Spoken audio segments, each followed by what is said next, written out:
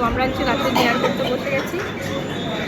এখানে আজকে নিয়েছি রাত্রে হচ্ছে বাটার রুটি আর হচ্ছে পনির মশলা, বাটার পনির মশলা আর হচ্ছে চিকেন তরকারি, সাথে হচ্ছে স্যালাড।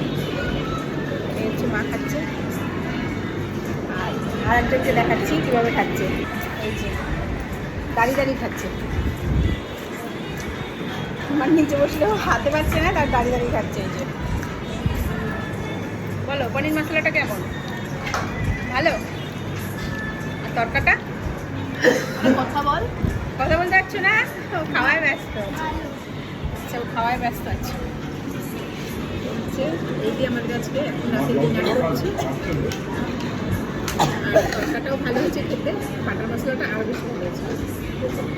তো শুনি টাটা।